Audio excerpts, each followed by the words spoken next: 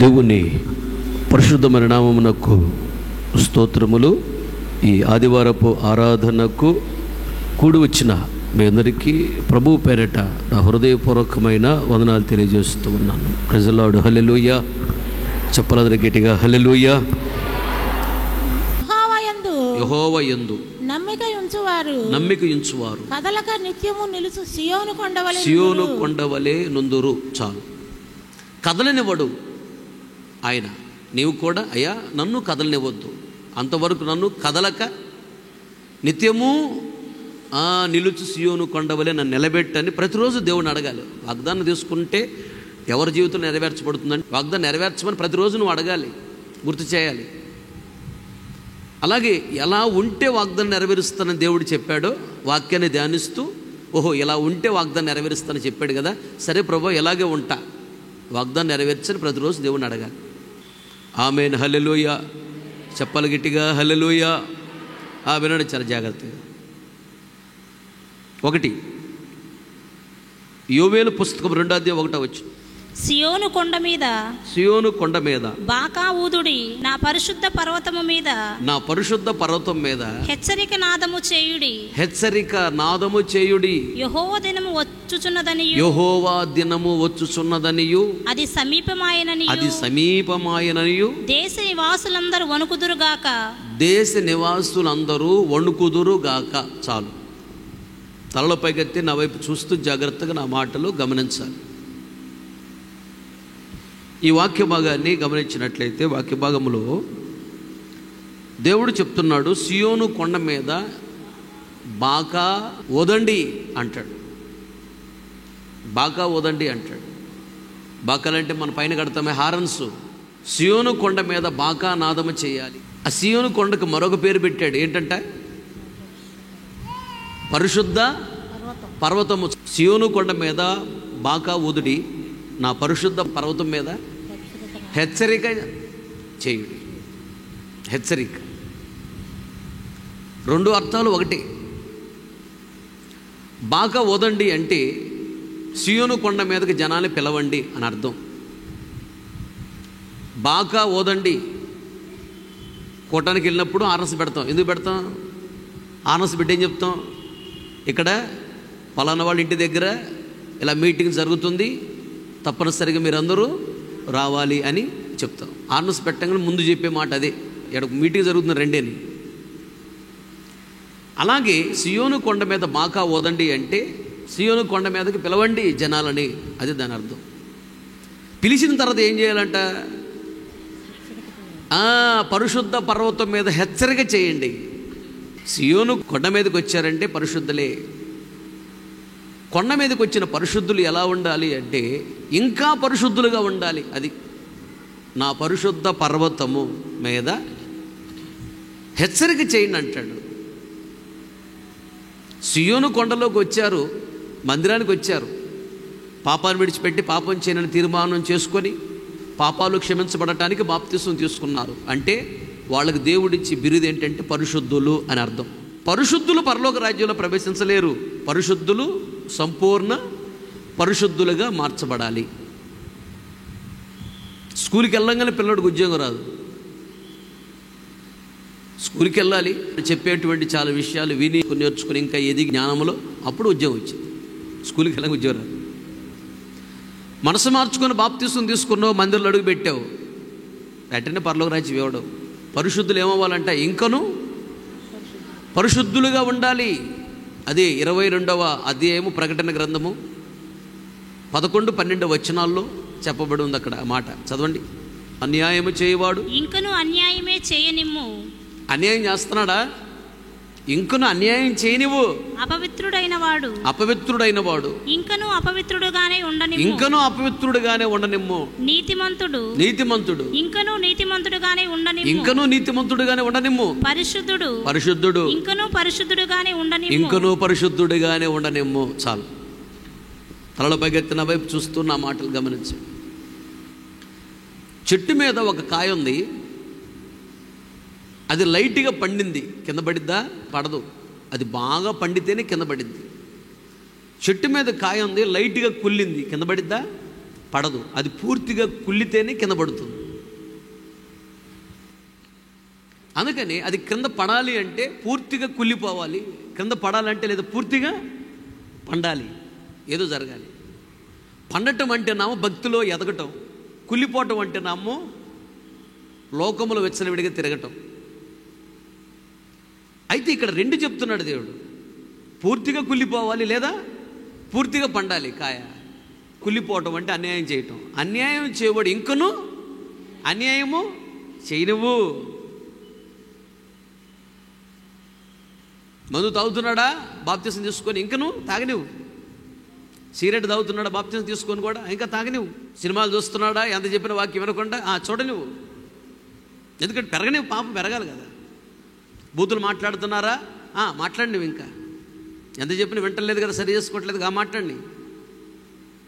అబద్ధాలు చెప్తున్నారా చెప్పని. సాడీలు చెప్తున్నారా చెప్పని. ఎంత చెప్పిన వినవా, సరే చెయ్యి అంటున్నాడు. ఎందుకంటే పరిపూర్ణం కావాలి. లైట్గా కుళ్ళితే కాయ చెట్టు మీద కింద పడదు, అది పూర్తిగా కుళ్ళిపోతేనే చెట్టు మీద కింద పడింది. అనగా పూర్తిగా పాడైపోతే భూమి మీద నుండి తీసి అగ్ని ఉండలు పడేస్తాడు. చెట్టు మీద బాగా పండితే చెట్టు మీద ఉండదు, క్రింద పడిద్ది. అంటే భూమి మీద బాగా పరిశుద్ధతలు ఎదిగిన వారు భూమి మీద ఉండరు, దేవుని రాజ్యానికి వెళ్ళిపోతారు. దేవునికి స్తోత్ర, హల్లెలూయా. పాపము చేస్తున్న వాడిని ఇంకా చేయనివ్వు. పాపంలో కూడా వాడు పరిపూర్ణం కావాలే, చేయనివ్వు. అలాగే పరిశుద్ధంగా బ్రతుకుతున్నారా, ఇంకా పరిశుద్ధంగా బ్రతకనివ్వు. నీతిగా బ్రతుకుతున్నారా, ఇంకా నీతిగా బ్రతకనివ్వు. నీతి ఏంటేంటి? నమ్మటం. నీతిమంతుడిగా బ్రతుకుతున్నాడా అంటే విశ్వాసంతో బ్రతుకుతున్నాడా, న్యాయముగా బ్రతుకుతున్నాడా, బ్రతకనివ్వు. ఇంకా నీతిలో ఎదగాలి.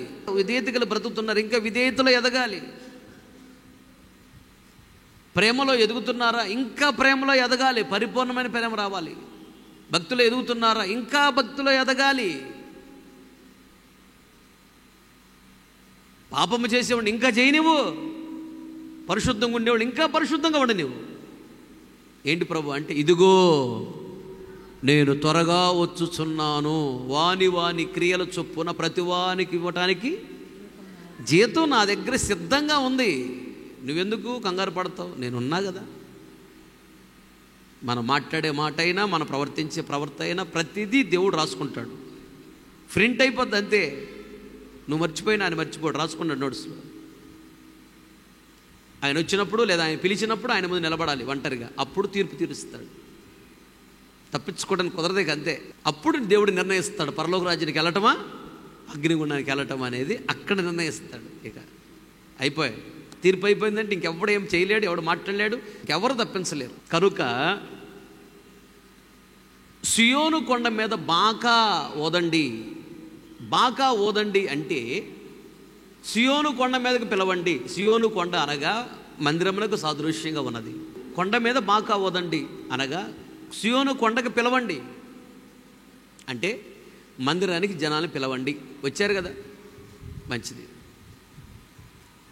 పరిశుద్ధ పర్వతం మీద అనగా పరిశుద్ధమైనటువంటి ఈ మందిరములో హెచ్చరిక నాదం చేయాలి. నాదం అంటే ఏంటి? శబ్దము. ఈ మూడు అనుభవాలు ఉండాలి. సియోను కొండ వలె నిన్ను నన్ను మనలను ఉంచుతానంటున్నాడు దేవుడు. నీ తోటి సహోదరి మందిరం మానేసిందా, హెచ్చరించాలి. ఏంటి మందిరం మానేసి తిరుగుతున్నావు? నువ్వు మందిరం మానేసేవంటే సైతాను ఒళ్ళో ఉన్నావని అర్థం, సైతానికి దగ్గర అవుతున్నావు అని అర్థం. వెలుగుకు దూరం అయితే చీకటి దగ్గర అయింది. వెలుగని యేసయ్యకి దూరం అయ్యావంటే, వెలుగనే సేవకులకు నువ్వు దూరంగా ఉంటున్నావంటే, వెలుగనే మందిరానికి నువ్వు దూరంగా ఉంటున్నావంటే చీకటిని సాతానికి నువ్వు దగ్గర అవుతున్నావు. సాతానుగాడు సుక్కలు చూపిస్తాడు. సాతానుగాడు దొంగ. ఇంటికి వచ్చి బంగారం పెట్టిపోతాడా? వాడు దొంగతనం పోయాడంట. పోగానే ఇంట్లో వంట రూమ్లోకి వెళ్ళాడంట. వాళ్ళు ఊరెళ్తున్నారు, వెళతా వెళతా భోజనం ఉంటే వండుకొని తిని మిగిలింది ఆడబెట్టిపోయారు.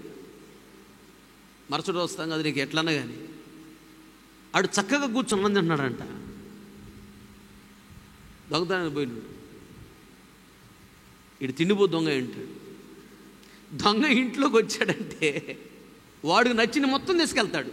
అలాగే సాతానుగాడు నీ ఇంటికి వచ్చాడు అంటే నీలో ఉన్న ఆత్మీయ జీవితాన్ని ముందు దొంగిలిస్తాడు, నీ ప్రార్థన జీవితాన్ని దొంగిలిస్తాడు, నీ అభిషేకాన్ని దొంగిలిస్తాడు, నీ తలాంతులను దొంగిలిస్తాడు, నీ వరాలను దొంగిలిస్తాడు. ఆ తర్వాత నీ ఇంట్లో ఉన్న ఆశీర్వాదాలన్నీ దొంగిలిస్తాడు. ఇక అన్ని ఆశీర్వాదాలన్నీ పోతాయి, ఏమీ ఉండవు. సాతాను ఎప్పుడు వస్తాడు? ఎప్పుడు నువ్వు మందిరం మానేస్తావో అప్పుడు వస్తాడు. అదేనా?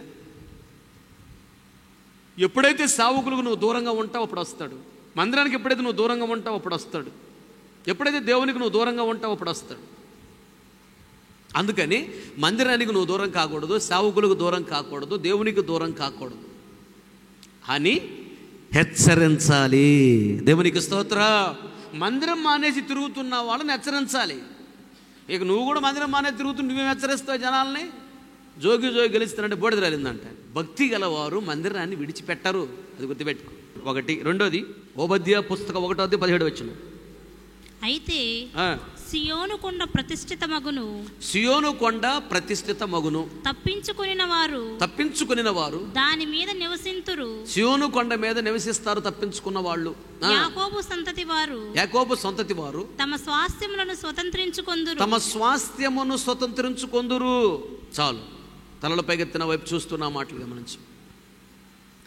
సియోను కొండ ప్రతిష్ఠిత మగును. సియోను కొండ వలె నిన్ను ఉంచుతానంటున్నాడు దేవుడు. నిన్ను ప్రతిష్ఠిత జనముగా ఉంచుతాడు. ప్రతిష్ఠించుకొనుట అంటే అర్థం ఏంటి? ఒకటి, ప్రత్యేకమైన జీవితం. నెక్స్ట్, పరిశుద్ధమైన జీవితం. ప్రత్యేకమైన జీవితం, పరిశుద్ధమైన జీవితాన్ని నాజీరు వ్రతము అంటారు.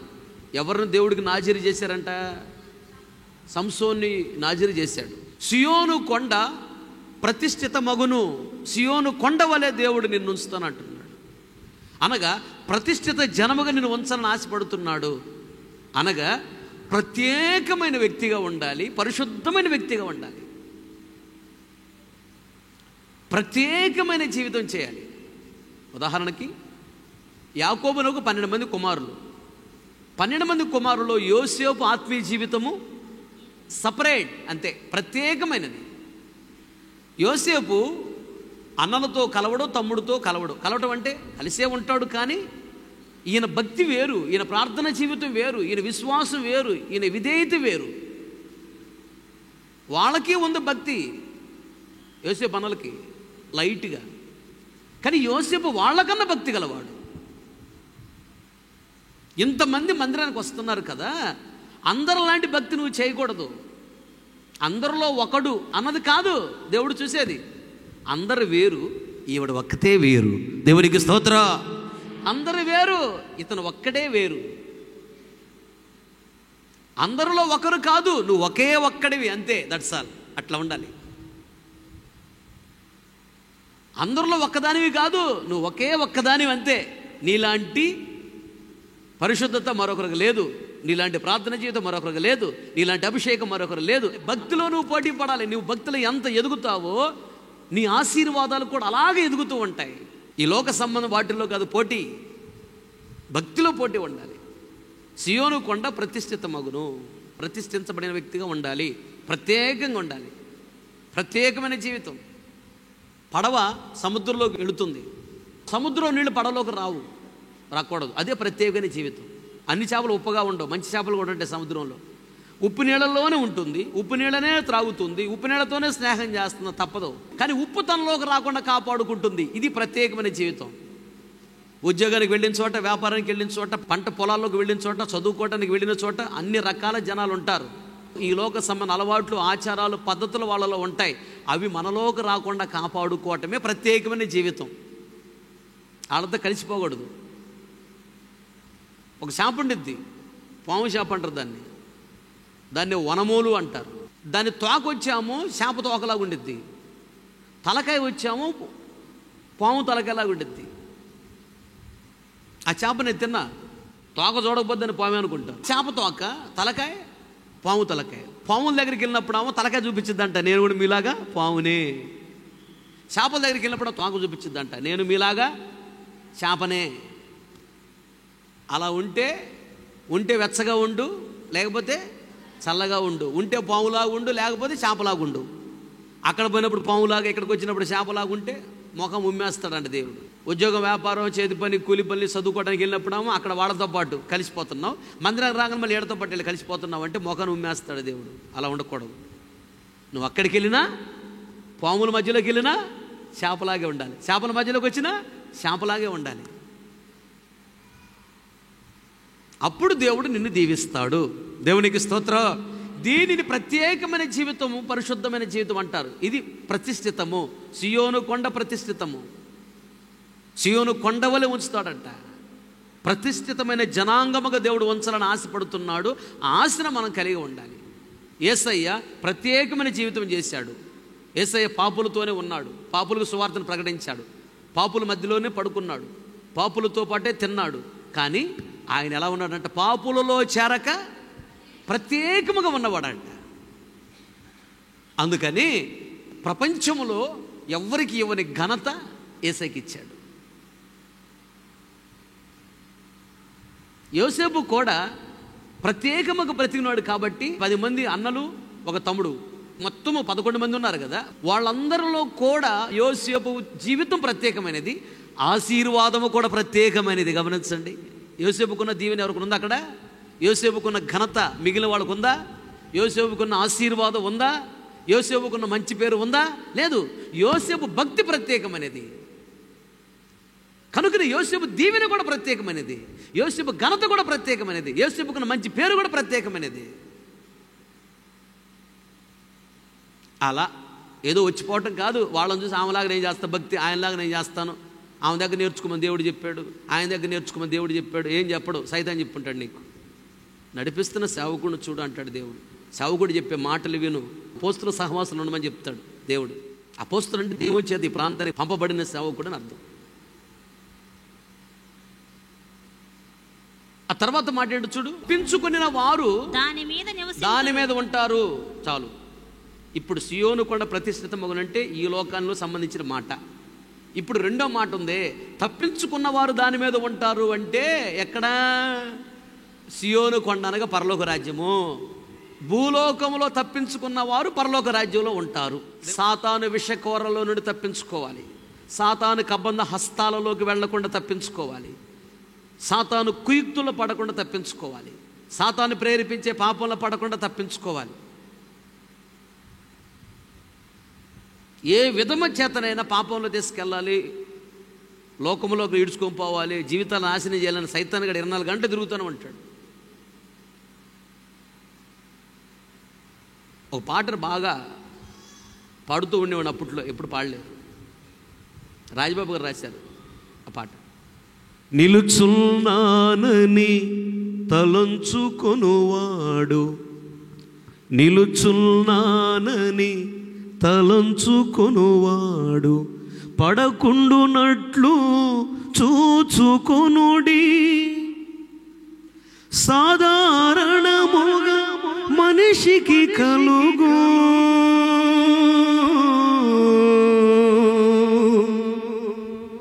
సాధారణముగా మనిషికి కలుగు శోధన కాక సంభవించదు సంఘమా.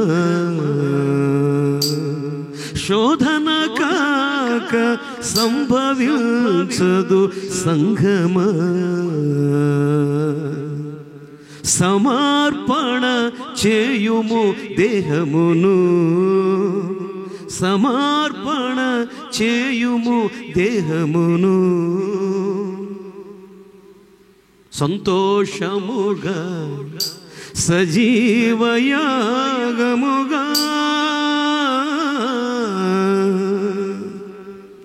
ఏంటంట? నిలుచున్నానని తలంచుకున్నవాడు పడకుండా జాగ్రత్త పడాలండి. కొంచెం భక్తిగా ఉంటున్నాలే, కొంత పరిశుద్ధంగా ఉంటున్నాలే, కొంచెం ప్రార్థన చేసుకుంటున్నాలే, కొంచెం ఆత్మలో కూడా ఆనందిస్తున్నానులే, నేను బాగానే ఉన్నా, నాకు పర్వాలేదు అనుకోగాక శోధన ఎవరికో తెలుసా? రాళ్ళు దేనికో తెలుసా? రాళ్ళు మామూలు చెట్టుకి వేస్తారా? కాయలు కాచిన చెట్టుకే రాళ్ళు. పాపంలో ఉన్న వ్యక్తి జోలికి సాతాను పోడు, వీడు మనోడే కదా అని. ఎవరి జోలికి వస్తాడు సాతాను? పరిశుద్ధంగా బ్రతికేవాడు జోలికే వస్తాడు సాతాను. సాతాను ఎప్పుడు శోధించాడు యేసయ్యని? బాప్తీసం తీసుకొని ఒడ్డుకొచ్చాడు, పరిశుద్ధాత్మ అభిషేకం పొందుకున్నాడు. సాతాను ఒక్కసారిగా రయ్యన లాక్కుని వెళ్ళిపోయాడంట శోధించడానికి. సాతాను శోధిస్తున్నాడు బాగా. నువ్వు దేవుని కుమారుడు అయితే ఇదిగో ఈ రొట్టెను రాళ్ళుగా మార్చు, లేదా పైనుంచి కింద దూకు, నాకు నమస్కారం చేయి. చూడు అసలు ఎలా శోధిస్తున్నాడు, భయంకరంగా శోధించాడంట. 40 దినాలు శోధించాడంట. అభిషేకం పొందగానే శోధన పెరిగింది. అక్కడ అప్పుడుదా శోధిస్తున్నాడు, కానీ అభిషేకం పొందగానే శోధన ఎక్కువైంది. ఆత్మీయ జీవితంలో నువ్వు ఎదుగుతున్న కొలది నీకు శోధన కూడా ఎదుగుతుంది, అది గుర్తుపెట్టుకో. అందుకని అంటారు, ఎంత చెట్టుకి అంత గాలి. చిన్న చెట్టు మీద చిన్న గాలి ఉండిద్ది, పెద్ద చెట్టు మీద పెద్ద గాలి ఉండిద్ది. నీకున్న శోధన కంటే నాకు ఎక్కువ శోధన ఉండిద్ది. కనుక కొంచెం బాగున్నానులే అనుకోగాక నీకే శోధన ఎక్కువ ఉండిద్ది. నేను ఎప్పుడు పడగొట్టాలి, ఎప్పుడు నాశనం చేయాలి, ఎప్పుడు సేవకు దూరం చేయాలి, సంఘానికి దూరం చేయాలి, భక్తికి దూరం చేయాలి, దేవుడికి దూరం చేయాలి, నాశనం చేయాలి, జనాలు 10 మందికి చూపించాలి, చూపించి దేవుని దగ్గర రాకుండా చేయాలి, నరకానికి తీసుకెళ్ళాలని వాడు 24 గంటలు తిరుగుతూనే ఉంటాడు. అందుకని నిలుచున్నానని తలంచుకున్నవాడు పడకుండునట్లు చూచుకునుడి. వాళ్ళు పడిపోయారు, వాళ్ళు పడిపోయారు, వాళ్ళు అట్టన్నారు, వీళ్ళు అట్టున్నారు, అమ్మాయి నేను బాగానే ఉన్నానులే అనుకోగాక నీకు వెనకనే ఉందో శోధన. జాగ్రత్త, నీకే ఎక్కువ శోధన. ఆ పాపంలో ఉన్నాడే, సిగరెట్ తాగుతూ మందు తాగుతూ విచ్చలవిడి తిరుగుతున్నాడే, ఆడికి పెద్ద శోధనే ఉండదు. ఇంక శోధన ఎందుకు? ఆల్రెడీ వాడు సైతం చేతిలోనే ఉన్నాడు. ఇంకా శోధన ఎందుకు? నువ్వు దొరకకుండా తిరుగుతున్నావు. నిన్ను పట్టుకోవాలి ఎట్లయినా, వాడు ఆశ అది. అయితే సియోను కొండని పరలోకములో ఉండాలి అంటే ఇక్కడ ఏం చేయాలంట? తప్పించుకోవాలి. వాడికి దొరకకూడదు, తప్పించుకోవాలి. వాడు ఉచ్చులు పెడతా ఉంటాడు. అడవిలోకి వెళ్ళి చూస్తారు, ఎక్కడైతే కుందేలు రెట్టేసిందో, ఓహో ఏరేలు తిరుగుతున్నాయి, వచ్చే మార్గం అనుకొని చక్కగా ఉచ్చులు పెడతారు, తినేవనేస్తారు. తినే మూడులో ఉంటాయి, ఉచ్చున సగం చూడవు, గబక్కన కాలు ఉచ్చులో పడిపోద్ది. అది లాగి రాక కంగారుతో భయంతో ఉణుగుతూ ఉండిపోతుంది. కొన్నైతే భయంతో చచ్చిపోతాయి. ఉదయాన్నే నేను వెళ్తాడు, చక్కగా ఆ గోతం వేసుకుని తెచ్చుకుంటాడు, సంచి తీసుకుని. అయిపోయాయి. చిక్కకుండా చూసుకో సాతానికి. తర్వాత మాట చూడు, అక్కడ ఓబద్య పుస్తకం 1:17 వచనం. యాకోబు సంతతి వారు తమ స్వాస్థ్యములను స్వతంత్రించుకొందురు. చాలు.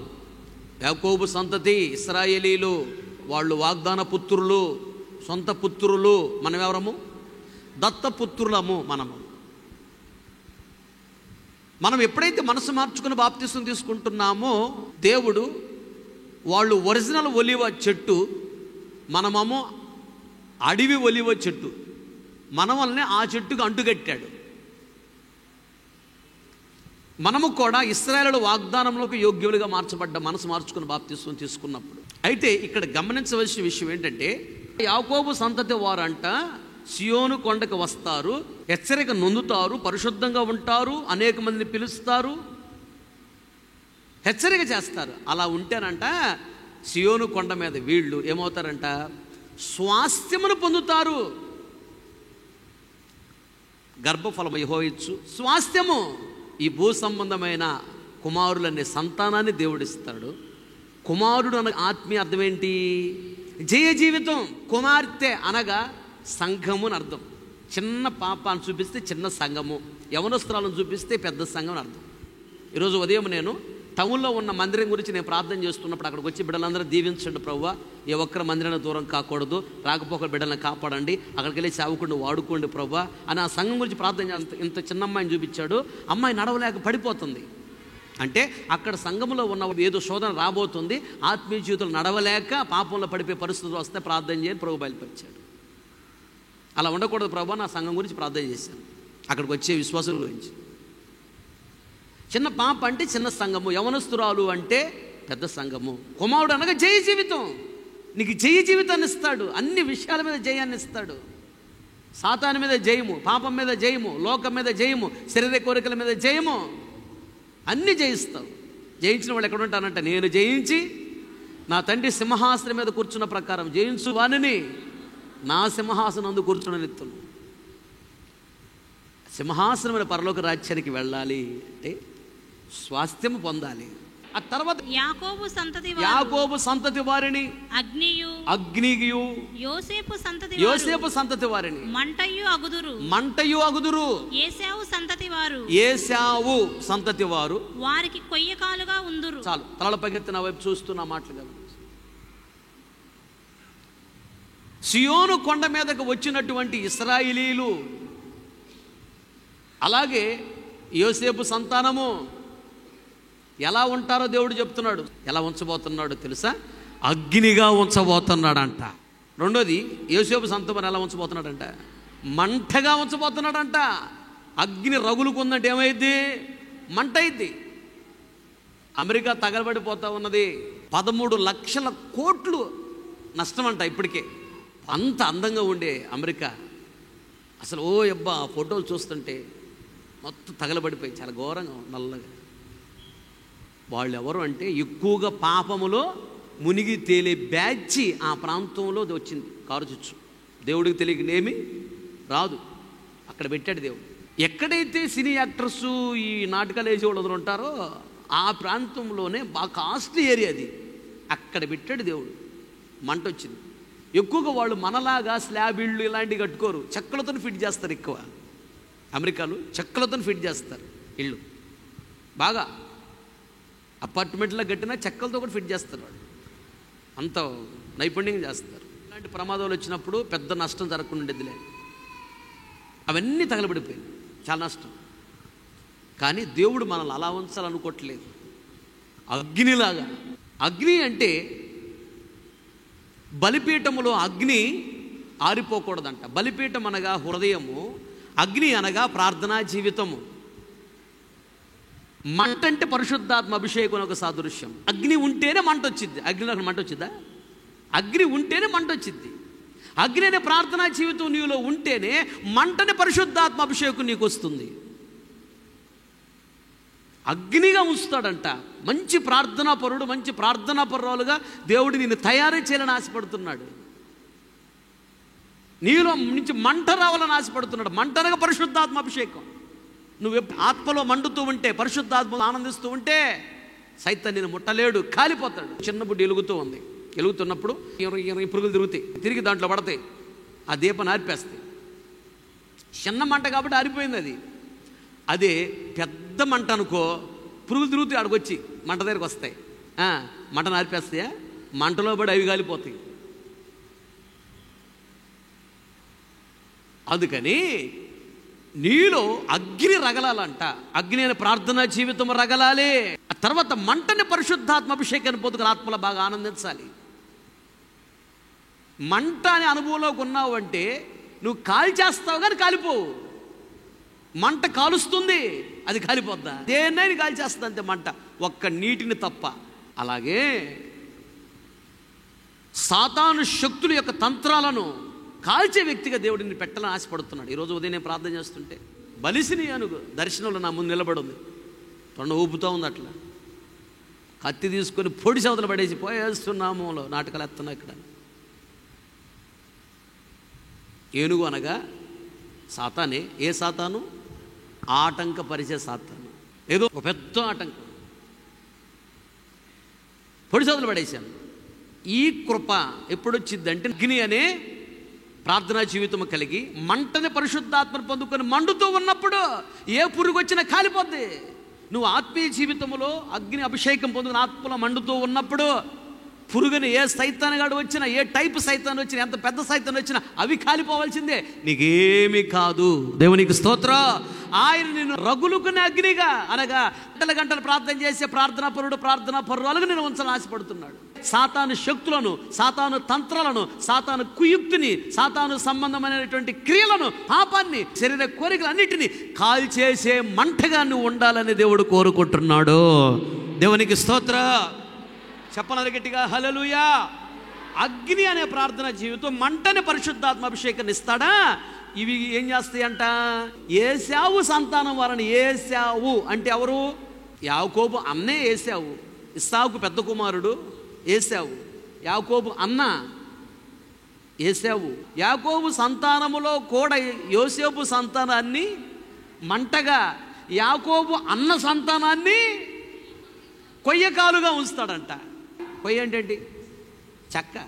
కొయ్యకాలు దాని ఆత్మీయ అర్థం ఏంటంటే, కొయ్యలో జీవం ఉండిద్దా? పచ్చి ఉండిద్దా? పచ్చి ఉండదు, అంటే జీవం ఉండదు. అది కొయ్యకాలు. కాలు అనగా ఏమని చెప్పాను? ప్రవర్తన. అది ఎండిపోయిన కొయ్యకాలు అంటే ఎండిపోయిన కాలు అనగా జీవము లేని కాలు, అనగా పరిశుద్ధత లేని కాలు. అది కాలు అనగా ప్రవర్తన. కొయ్యకాలు అనగా పరిశుద్ధత లేని ప్రవర్తన, అపవిత్రమైన ప్రవర్తన, యథార్థత లేని ప్రవర్తన, నీతి లేని ప్రవర్తన, అపవిత్రమైన ప్రవర్తన. కొయ్యకాలు అనగా చెడ్డ ప్రవర్తన, సాతానికి ఇష్టమైన ప్రవర్తన. ఆ దానిలో ఎండిపోయింది, జీవము లేదు, జీవము లేదు, ఎండిపోయింది. ఒకరోజు ఒక అమ్మాయి చనిపోతే సమాధి కార్యక్రమం చేయడానికి వెళ్ళా, యవనస్తురాలు. అక్కడ నిలబడి నేను మౌనంగా ప్రార్థన చేస్తున్నా. అసలు ముందు ఏంటి వాతావరణం తెలిసిద్ది నాకు. ఎట్లాగాని ఈ అమ్మాయికి పరలోక రాజ్యమేవో, నరకన్నడు తప్పించు ప్రభు అని ప్రార్థన చేస్తున్నా. అప్పుడు నాకు దర్శనంలో ఆ అమ్మాయి నేను చూపించాడంటే, ఆ అమ్మాయి నడుచుకుంటా వస్తుంది, 2 కాళ్ళు కూడా చెక్క కాళ్ళు. చెక్క అంటే ఎండిపోయింది, జీవము లేదు. కాళ్ళు అంటే ప్రవర్తన, జీవము లేని ప్రవర్తన ప్రవర్తించింది ఆ అమ్మాయి. ఇప్పుడు దాకా ఆ అమ్మాయి పరలోక రాజ్యం ఎలా ఇవ్వాలని చెప్పాడు దేవుడు. ఎండిపోయిన చెక్క కాళ్ళు ఆ అమ్మాయికి ఉంది, చూపించాడు దర్శనం నాకు. దానిని బట్టి పరలోక రాజ్యానికి వెళ్ళిందో వెళ్ళలేదని నాకు తెలిసిపోద్ది. ఎన్నిసార్లు చెప్పినా బాప్తీసం తీసుకోవాలా. 5-6 సంవత్సరాల మందిరానికి వచ్చింది, బాప్తీసం తీసుకోవాలా. ప్రభా ఎట్లాగానే మీ రాజ్యాన్ని చేర్చుకో ప్రభు అని నేను అడిగితే ప్రభు అన్నాడు, ఒకసారి చూడు అన్నాడు. ఎండిపోయిన చెక్క అంటే జీవము లేదు, జీవము లేని ప్రవర్తన. నిత్య జీవమని పరలోక రాజ్యాన్ని తీసుకెళ్లేది జీవము గల ప్రవర్తన. ఏంటది? పరిశుద్ధత నిత్య జీవాన్ని తీసుకెళ్తుంది, యథార్థత నిత్య జీవాన్ని తీసుకెళ్తుంది, నీతి నిత్య జీవానికి తీసుకెళ్తుంది. ఇది నిర్జీవమైన ప్రవర్తన, జీవము లేదు. ఆ కాళ్ళు చూడట్టు చెక్క కాళ్ళు, దాంట్లో జీవము లేదు, ఎండిపోయిన కాళ్ళు అవి.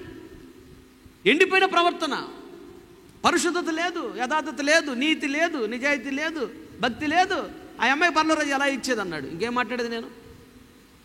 నా పని నేను చేశాను, సరేలే అని ఇంక మామూలుగా ప్రార్థన చేసి ఇచ్చాను. ఇంకంతే. ఎంత సమాజకరం చేసినా, ఎంత టైల్స్ చేసినా, ఎంత మార్పులు చేసినా ఆ అమ్మాయి పరలోక రాజ్యానికి పోదు. చెక్క కాళ్ళు చూపించాడు. జీవము లేని ప్రవర్తన, ప్రవర్తనలో జీవము లేదు, తన ప్రవర్తనలో పరిశుద్ధత లేదు, తన ప్రవర్తనలో యథార్థత లేదు, ప్రవర్తనలో నీతి లేదు, ప్రవర్తనలో ప్రేమ లేదు, విశ్వాసం లేదు, విధేయత లేదు, భక్తి లేదు. ప్రవర్తనలో ఎండిపోయిన చెక్క కాళ్ళవి. ఏశావు సంతానాన్నంట కొయ్య కాలుగా ఉంచాడు. ఇక్కడ మంట ఎవరు? యోసేపు సంతానము మంట, యాకోబు సంతానం మిగిలిన వాళ్ళు ఎవరంట? అగ్ని అంట. ఈ అగ్ని, ఈ మంటలోకి ఏమొచ్చింది ఇప్పుడు? ఆ చెక్క కొయ్యకాలు అనగా ఏశావు సంతానాన్ని యాకోబు సంతానం కాల్చివేస్తుంది అని అర్థం. అనగా యాకోబు సంతానము ఏశావు సంతానాన్ని జయిస్తారు. యాకోబు సంతానం ముందు ఏశావు సంతానం నిలబడలేదు, కాలిపోతుంది, బూడిదైపోతుంది. మనల్ని యాకోబు సంతానం వలె అగ్నిగా, యోసేపు సంతానం వలె మంటగా ఉంచి, మనలో ఎలాంటి స్వభావం? ఇప్పుడు మంట ఏం చేసిద్ది? కాల్చేసిద్ది. దేన్ని కాల్చేయాలి? ఏశావు సంతానాన్ని కాల్చివేయాలి, అనగా కొయ్య కాలుని కాల్చివేయాలి, అనగా నిర్జీవమైన ప్రవర్తనను కాల్చివేయాలి. కొడిగడ్డిగా చేపట్లు. ఆమేన్, హల్లెలూయా. జీవము కలిగిన ప్రవర్తన కలిగి ఉండాలి, నిర్జీవమైన ప్రవర్తన కాల్చివేయాలి. మంటగా ఉండి కొయ్య కాలును కాల్చివేయాలి, జీవము లేని ప్రవర్తన కాల్చివేయాలి, అనగా అపవిత్రమైన ప్రవర్తన కాల్చివేయాలి, అపవిత్రమైన మాటలను కాల్చివేయాలి, అపవిత్రమైన క్రియలను కాల్చివేయాలి, అపవిత్రమైనటువంటి ప్రవర్తన, క్రియలు, మాటలు, ఈ అపవిత్రమైన సిద్ధాంతాలు, సింగనాదాలు కాల్చివేయండి. దేవునికి స్తోత్రం, హల్లెలూయా.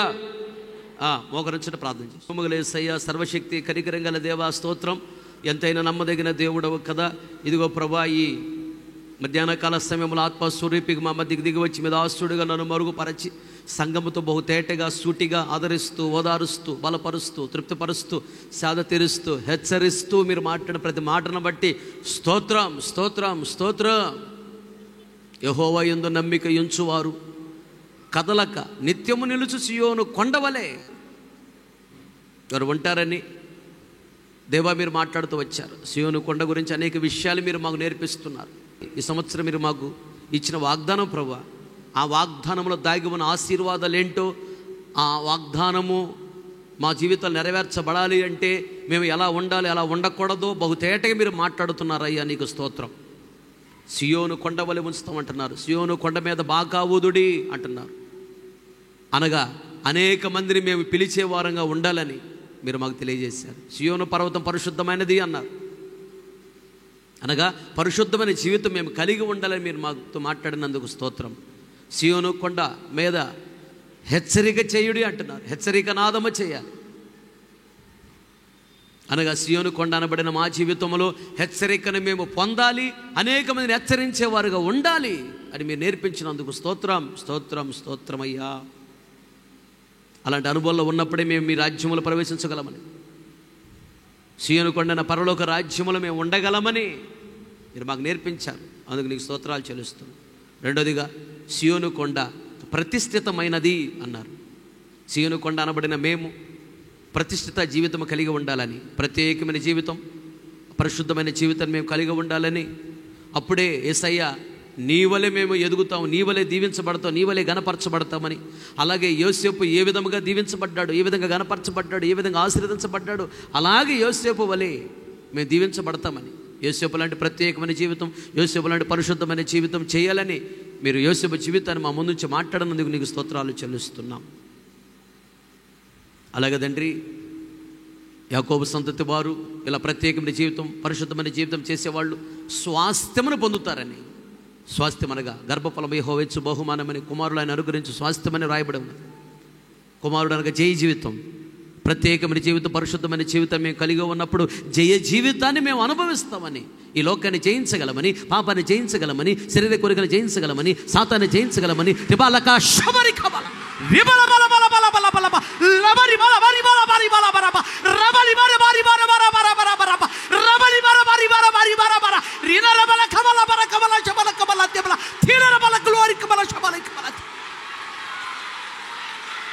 మీ రాజ్యాన్ని మేము స్వాస్థ్యంగా పొందుతామని, స్వాస్థ్యముగా అనగా సొంతగా ఈ లోకములు అన్ని దీవెనలు మా సొంతం అవుతాయని, ప్రత్యేకమైన జీవితం, పరిశుద్ధమైన జీవితం మేము చేసినప్పుడు, ప్రతిష్ఠిత జీవితము మేము చేసినప్పుడు ఈ లోకములో ఏ దీవెన లేదని మేము బాధపడుతున్నాము దేవా, ఆ దీవెనలన్నీ మా సొంతము చేయబడతాయని మీరు మాతో మాట్లాడినందుకు స్తోత్రము, స్తోత్రము, స్తోత్రం. యాకోబు సంతతి వారిని అగ్నిగా, యోసేపు సంతతి వారిని మంటగా ఉంచుతానంటున్నారు. ఏశావు సంతతి వారిని కొయ్యకాలుగా ఉంచుతానన్నారు దేవా.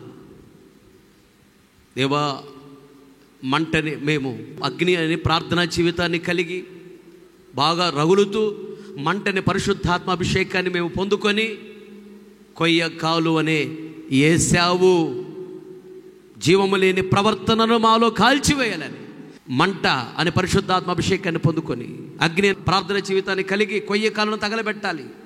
ఏశావు కొయ్యకాలను తగలబెట్టాలని, అనగా ఏశావులో ఉన్న జీవము లేని ప్రవర్తన తగలబెట్టాలని. అది ఏశావు ఆలస్యంగా వచ్చాడు దేవుని కొరకు, ఆ ప్రవర్తన మాలో తగలబడిపోవాలని. ఏశావు ఒక్క పూట కూటి కొరకు జ్యేష్ఠత్వాన్ని, రక్షణ పోగొట్టుకున్నాడు. అలాంటి ప్రవర్తన మాలో కాల్చివేయాలని మీరు మాకు నేర్పించినందుకు స్తోత్రం, స్తోత్రం, స్తోత్రం. వెత్తబడిన వాక్యం వృధా కాకూడదు. విన్న ప్రతి గుండెల వాక్యాన్ని స్థిరపరచండి, వాక్యానుసారమైన జీవితం అనుగ్రహించండి, పశ్చాత్తాప కనిటాత్మను కుమ్మరించండి, మనునత్రాలు వెలిగించండి, భయభక్తి చేత నింపండి, కృతజ్ఞత చేత నింపండి. బయలుదేరి వెళుతున్నారు మీ సరైన సముఖాన్ని తోడుగా ఉంచండి. సకాలంలో క్షేమంగా గమ్యం చేరడానికి కృప చూపించండి. బహుగా ఇచ్చించి గణపరిచి ఆశీర్వదించి దేవా, మీరు వచ్చినప్పుడు ప్రభువా మేమందరూ ధైర్యం నిలబడి మీ రాజ్యంలో ప్రవేశించాలి. ఇదిగో సియోను కొండ వలె మిమ్మల్ని ఉంచుతానన్నారు. సియోను కొండలో ఉన్న దీవెనలేంటో, ఆ వాగ్దానం అనుభవించాలంటే మేము ఎలా ఉండాలి, ఎలా ఉండకూడదు బహుతే మాతో మాట్లాడినందుకు స్తోత్రాలు చెల్లిస్తున్నాం. బహుగా ఇచ్చించి గణపరిచి ఆశీర్వదించి మీరు వచ్చినప్పుడు ధైర్యం నిలబడి రాజ్యంలో ప్రవేశించడం తగిన కృపచేత నింపి మహిమ పొందమని యేసు నామములో అడిగి పొంది ఉన్నాము తండ్రి, ఆమేన్. మన తండ్రి అయిన దేవుని ప్రేమ, కుమారుడైన యేసుక్రీస్తు వారి కృప, పరిశుద్ధాత్ముని అన్యోన్య సహవాసము, సన్నిధి, సముఖం చేరిన మనకు ప్రపంచంలోని సకల కోటి పరిశుద్ధులందరికీ, మరి ముఖ్యంగా వాక్యాన్ని తీర్మానం చేసుకుని ప్రతి ఒక్కరిని దృష్టి ఉంచి ఆశీర్వదించి అంతవరకు దేవుడు నడిపించునుగాక. ఆమె. హల్లెలూయా, హల్లెలూయా.